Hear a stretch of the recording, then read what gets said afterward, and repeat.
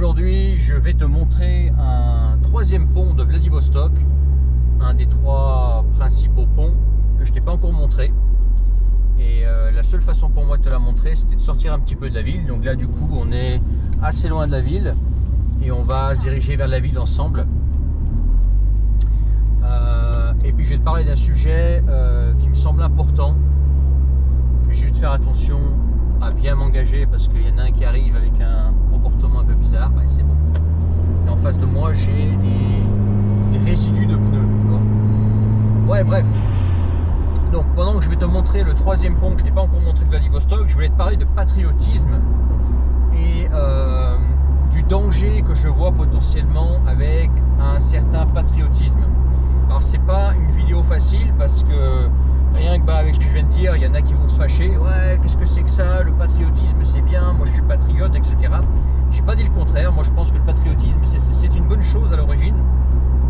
Et je pense que être un minimum patriote, c'est bien. C'est bien d'aimer le pays dans lequel on vit. C'est bien de soutenir le pays dans lequel on vit, de se sentir appartenir à un pays, d'avoir en soi une espèce de forme de patriotisme, comme c'est le cas de beaucoup de nationaux français, de dissidents français qui se disent patriotes. Alors il y a beaucoup de mélanges, hein. Il y en a qui mélangent un petit peu tout. On voit dans la droite française beaucoup qui mélangent patriotisme avec nationalisme, avec racialisme, avec la droite en général. En fait, tous ces quatre termes que je viens de te citer, ils sont bien différents. C'est pas parce que tu es patriote que tu es nationaliste.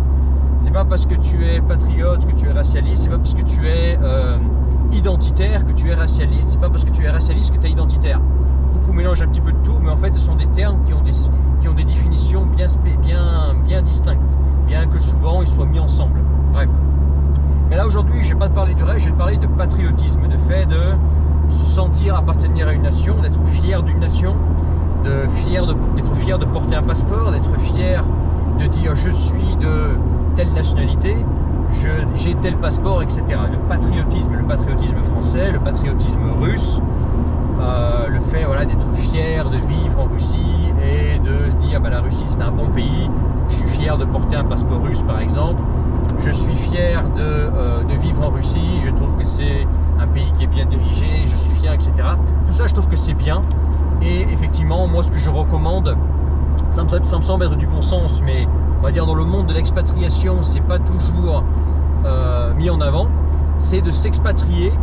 S'expatrier, pareil, c'est un terme qui est utilisé n'importe comment, qui pareil est à nuance, s'expatrier, puis dans un pays, s'installer, être un immigré. Tout ça, ce sont des termes qui ont leur définition, mais on va parler d'expatriation pour que tout le monde comprenne. Je recommande fermement de s'expatrier dans un pays que l'on aime, que l'on apprécie, dans lequel on se sent bien et dans lequel on serait potentiellement fier d'y porter un passeport, de dire je porte le passeport de ce pays-là, j'en suis fier, je suis fier de mon pays d'adoption, je suis fier du pays qui m'a donné une résidence permanente, par exemple, moi c'est mon cas, et ne pas penser uniquement je veux pas payer d'impôts ou je veux en payer le moins possible. Je veux la mer toute l'année, le soleil toute l'année. D'ailleurs ça c'est limite. Hein. Moi j'ai vécu en Thaïlande, j'en suis revenu parce que le soleil et la mer j'aime bien, mais pas toute l'année. Bref, que tu pars dans un pays dans lequel potentiellement tu te sentirais fier d'appartenir, parce que dans les faits en fait tu appartiens à un pays, c'est pas l'inverse. Hein. Par exemple ton passeport français ou même ton autre passeport en fait ne t'appartient pas. Ton passeport français, d'ailleurs tu peux aller voir dans ton passeport ne t'appartient pas, ton passeport appartient à l'État français et toi en fait tu es un sujet de l'État français. C'est pas quelque chose dont on peut se réjouir, etc. Je dis pas que c'est comme ça que ça devrait être, mais c'est un fait. Là ici on parle de fait, tu vois. L'émotionnel, etc. c'est pas quelque chose qui devrait être dans le monde, on va dire, de quelqu'un d'assez rationnel. Voilà. Mais c'est le fait. Donc voilà, le patriotisme, être fier dans le pays dans lequel on vit et être fier de la nation à laquelle on appartient ou notre nation d'adoption. Le patriotisme. Pour moi, par exemple, dans une certaine mesure, j'étais patriote français parce que je trouve qu'en France, il y a pas mal de choses. Je pense que c'était un grand pays avant. Je pense que c'était un des plus grands pays avant la France. C'est une culture unique, c'est un très beau pays. Je trouve trouve que la langue française est une très belle langue, même encore aujourd'hui, c'est une belle langue. C'est dommage que le destin de la langue française soit celui qu'il est, parce que c'est une très belle langue, tu vois. Aujourd'hui, voilà, je suis en quelque sorte, on va dire entre guillemets, un patriote russe, parce que j'aime la Russie, j'aime le pays dans lequel je vis, ce pays m'a offert la résidence. Si un jour j'ai un passeport russe, et je suis déjà dans les démarches pour, je serais fier de porter le passeport russe, etc. Et globalement, j'ai une image très positive de la Russie. Donc en quelque sorte, je suis patriote russe, si tu veux. Par contre, tout ça c'est très bien, tu vois. C'est très bien d'être patriote. Par contre, il y a une certaine limite au patriotisme. C'est qu'il faut être patriote, c'est bien, je le répète. Mais d'ailleurs, dis-moi dans les commentaires ce que tu penses du fait d'être patriote et où sont les limites du patriotisme selon toi. Dans quelques centaines de mètres, on va arriver sur le pont que je vais te montrer d'ailleurs. Voilà les lumières, c'est le pont, le troisième pont de Vladivostok que je voulais te montrer, qui est en dehors de la ville. Donc je te disais, en fait, la limite du patriotisme, c'est que tu sais pas en fait de quoi est fait demain. Par exemple, bien que je n'ai absolument rien contre les patriotes français, bien je considère même que les patriotes français sont des gens qui sont plutôt proches, bien que moi je ne suis pas du genre à y aller, comment dire, en finesse quand on parle de la France en ce moment. Mais au bout d'un moment, quand ça devient un enfer là où tu es, quand ça devient invivable là où tu es, au bout d'un moment, t'as beau être patriote, t'as beau dire bon, j'aime mon pays, du moins j'aime ce qu'il était, au bout d'un moment, il faut se dire c'est plus le pays que c'était avant, c'est plus le pays que j'aimais, ça a bien changé et je ferais mieux d'aller voir ailleurs parce que ça va pas aller en s'arrangeant et j'ai beau être entre guillemets patriote de là où je suis, au bout d'un moment, il faut aussi profiter de la vie, il faut aussi se sentir bien là où tu es, il faut aussi être bien là où tu es et ça va quoi, tu vois. Et ça, ce que je suis en train de te dire, ça marche pour le patriotisme français, mais ça marche aussi pour le patriotisme russe, tu vois, ou pour le patriotisme de n'importe quel pays que tu pourrais avoir choisi comme terre d'expatriation, d'immigration et nouveau pays dans lequel tu te serais installé. Par exemple, moi, comme je te disais, j'ai en moi une certaine forme de patriotisme russe, oui, mais je ne suis pas un naïf borné pour autant. C'est-à-dire qu'aujourd'hui, la Russie, c'est génial. J'estime que la Russie, ça a ses avantages et ses inconvénients. Tous les pays ont leurs avantages et leurs défauts. La Russie, c'est pas le paradis, mais c'est quand même beaucoup mieux que la France aujourd'hui, au moment où je te parle. Mais je ne suis pas naïf pour autant. C'est-à-dire que moi, j'espère que ça va continuer ainsi. J'espère que la Russie va continuer à être telle que je l'ai connue, telle que je la connais aujourd'hui. Mais aussi bien, moi, j'ai pas de boule de cristal. Tu vois, aussi bien dans 5 ans, 10 ans, 15 ans, 20 ans, j'en sais rien, j'ai pas de boule de cristal, encore une fois. Ça va changer, je n'en sais foutre rien et personne n'en sait foutre rien, tu vois.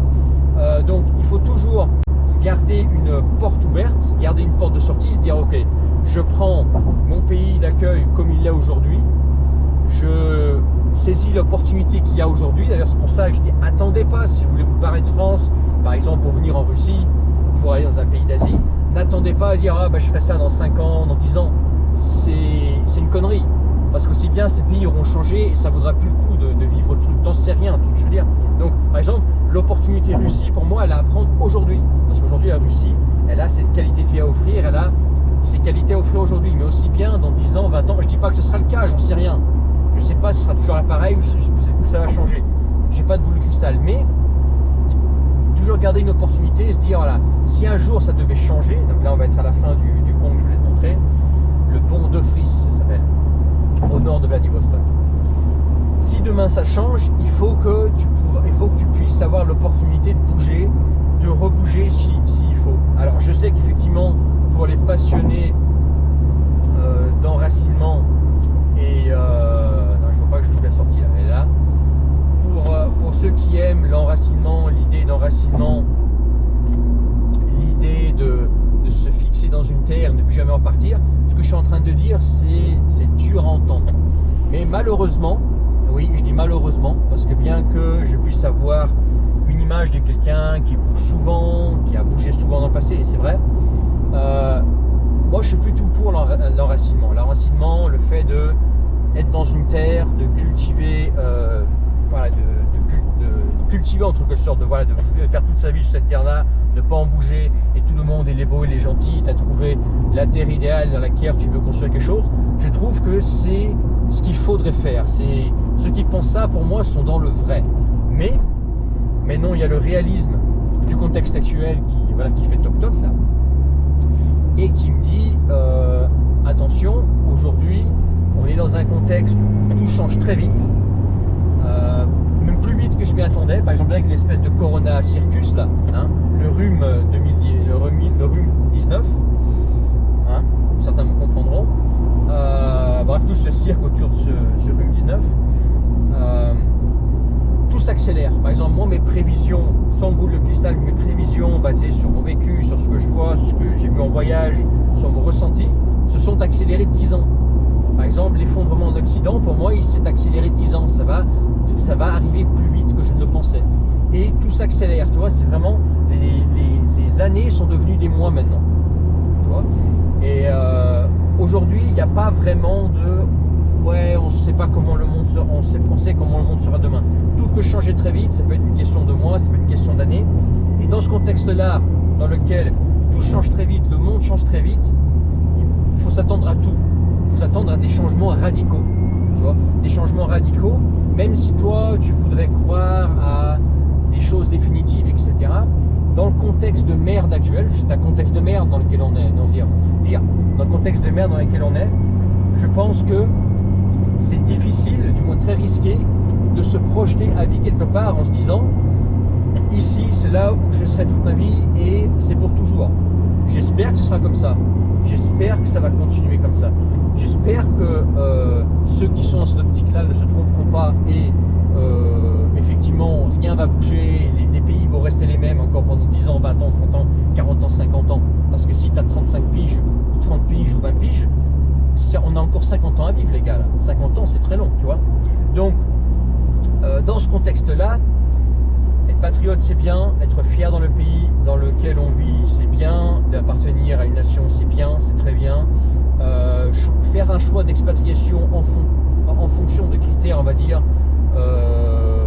par exemple du genre je sais que je peux appartenir à ce pays-là parce que je suis assimilable, parce que voilà aujourd'hui le contexte y est bon, etc. Je pense que c'est bien que c'est mieux que de faire des choix d'expatriation uniquement, je dis bien uniquement basés sur des impôts ou sur le soleil et la mer. Quand je te dis ça, je suis à Vladivostok et le soleil et la mer, mais bon, c'est pas toute l'année pour moi, j'aime bien aussi des fois un petit peu le froid. Mais c'est bien d'avoir en soi une forme de patriotisme, tu vois. Je dis pas qu'il faut être, tu vois, un espèce de mec international sans racines, etc. Je pense que le patriotisme c'est bien, mais dans le contexte pourri aujourd'hui, il y a aussi une forme de danger. C'est pas parce qu'aujourd'hui un pays est bien que ce sera le cas dans 10 ans, 20 ans, 30 ans. Et ce que je suis en train de dire là, ça marche pour tous les pays, et absolument pour tous. Même la Russie que j'aime tant, que j'apprécie tant, même si j'ai en moi une forme de patriotisme envers ce pays-là, oui, je le dis, j'inclus la Russie dedans, n'importe quel pays sur Terre peut changer en bien ou en mal. Par exemple, la Russie, au début des années 90, c'était un enfer. Les Russes eux-mêmes te le diront. Au début des années 90, en France, j'y étais pas encore, mais je sais que le milieu des années 90 en France, c'était pas mal. C'était pas top, il y avait déjà des problèmes, mais c'était pas mal. Moi, j'aimais bien la France des années 90, j'ai bien aimé. Et les anciens m'ont raconté les années 80-70, c'était vraiment pas mal la France, tu vois. Et c'est devenu ce que c'est devenu. Et aucun pays est à l'abri, que ce soit la Russie, que ce soit la Hongrie, que ce soit l'Estonie, que ce soit la Bulgarie, que ce soit quel autre pays est à la bonne encore aujourd'hui. Je sais pas, la Thaïlande, il peut y avoir un coup d'état, on en parle de plus en plus. Que ce soit n'importe quel pays, le Japon même, le Japon, t'en sais rien, tu vois. Donc, patriote pour moi c'est bien, c'est comme ça qu'on devrait être. S'enraciner c'est bien, c'est comme ça qu'on devrait être. Je pense que c'est dans le vrai, mais dans le contexte de merde d'aujourd'hui, il ne faut pas être naïf et y voir une limite à tout ça, une limite au patriotisme, une limite à l'enracinement et toujours garder une porte de sortie pour pouvoir bouger si ça devient trop pourri, si ça devient invivable là où tu es. Voilà quelle est ma philosophie et c'est pour ça que j'ai appelé cette chaîne et mon concept en général, le mouvement que j'ai lancé, le rêve eurasien. C'est pour ça que j'ai appelé ça le rêve eurasien et non pas le rêve russe. J'aurais pu appeler ça le rêve russe, voilà, de faire, voilà, écoutez, on est tous en Russie et voilà. Non, parce que En parlant du rêve eurasien, ça inclut pas uniquement la Russie. Et là-dedans, j'inclus des portes de sortie éventuelles, tu vois, pour ceux qui sont en Russie, mais ceux aussi qui sont au Japon, qui sont en Corée, qui sont en Chine, qui sont peu importe, des possibilités de bouger à l'intérieur de l'Eurasie, tu vois. C'est, moi je crois en cette zone-là, je crois que l'avenir est dans cette zone-là, mais parmi cette zone-là, il peut y avoir des changements, il peut y avoir des changements de contexte, des choses qui font que tu as besoin de bouger. Je vous rappelle que là, moi je suis à vitesse légale, hein. Tout le monde roule à fond. Ne croyez pas que je me traîne le cul, non, je suis juste à vitesse légale, c'est tout. Et que il faut être réaliste et voir une limite au patriotisme et à l'enracinement, et que la possibilité de bouger, il faut que tu la gardes. Possibilité de pouvoir changer de pays, c'est un truc sur lequel il faut travailler en secours pour avoir la possibilité de se sortir d'un pays si un jour tu devenais la pute entre guillemets d'un pays, ou que ce pays devait tourner au vinaigre. Voilà ce que je voulais dire pour aujourd'hui. Dans la description, si tu ne connais pas encore, tu as les nouveaux Russiens. Pour le moment en Russie, on est très bien. Je pense que c'est un des meilleurs compromis au monde. La communauté francophone spécialisée dans le fait de quitter l'enfer français pour la Russie, elle est dans la description, ça s'appelle les nouveaux Russiens. Dans la description, on trouvera également le lien vers la lettre d'Eurasie, qui sont en fait mes contacts privés. Si tu fais partie de mes contacts privés, tu recevras des informations, des conseils, des mails que tu ne verras pas en public. Pour y avoir accès, pour avoir accès à ça, il faut être inscrit en public. Tu n'auras pas accès à ça. Si tu n'y es pas inscrit, tu vas louper des choses importantes. Et également à l'écran, pendant la vidéo, je t'afficherai l'adresse vers mon groupe Telegram, qui est un groupe de discussion complètement ouvert à tout le monde. Sauf si tu fais le con, hein. Des fois, il y a des mecs qui viennent faire les cons, je suis obligé de les virer. Donc là, on arrive à Vladivostok, on se dirige vers le centre.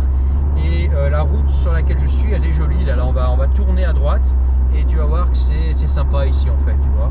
Là, on se dirige vers le centre. On a fait un petit resto coréen ce soir. Et puis, on a décidé de faire un petit tour en voiture tranquille.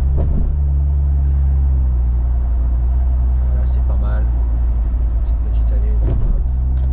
Je vais me mettre là à gauche, comme ça tu vois comment ça se passe d'arriver. En fait, là, tout ce que tu as vu pendant cette vidéo, c'est arriver à Vladivostok. Tu vois, je suis parti de l'autoroute entre guillemets entre Khabarovsk, enfin plutôt Ussurisk, pour simplifier, entre Khabarovsk et Vladivostok. Et là, en fait, c'est comment tu arrives à Vladivostok en voiture, par quelle route là, tu vois. Et là, on est pratiquement, on n'est pas dans le centre, mais on y arrive. Là, on y est dans 5 minutes. Je vais couper, je te laisse là-dessus. Et pour aller beaucoup plus loin, c'est dans la description, tu checkes les liens. Dis-moi dans les commentaires ce que tu penses du patriotisme et quelle est d'après toi la limite du patriotisme. Est-ce que c'est une bonne chose, pas une bonne chose? Moi, je rappelle que c'est une bonne chose, mais que malheureusement, dans le contexte aujourd'hui, il ne faut pas être naïf et que il faut se garder une porte de sortie toujours. Et ça compte pour la France, pour la Russie, que j'inclus dedans, et tous les pays. Ciao!